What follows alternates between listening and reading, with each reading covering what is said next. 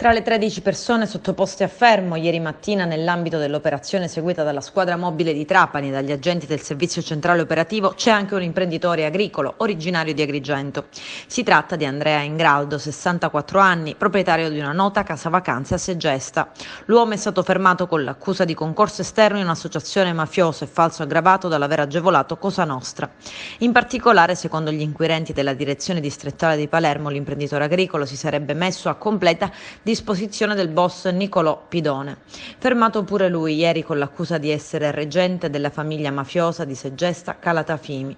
Le investigazioni svolte hanno consentito di accertare le condotte realizzate da Giuseppe Aceste, cugino del boss Pidone, nonché dipendente dell'azienda, al fine di procurarsi l'assunzione nell'impresa agricola riconducibile all'imprenditore Andrea Ingraldo, impresa con sede legale a Trapani ma con unità locale a Calatafimi Segesta. Il 4 marzo 2020 Giuseppe Aceste si recava al casolare in contrada Sasi per informare Nicolò Pidone che sarebbe stato assunto e che avrebbe beneficiato dei versamenti.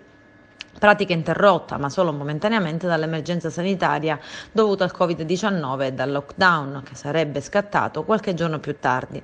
Ma poco dopo la cessazione delle note misure restrittive, il 9 e l'11 giugno 2020, il capo mafia sollecitava Giuseppe Aceste a contattare nuovamente l'imprenditore Andrea Ingraldo per dare corso alla propria assunzione.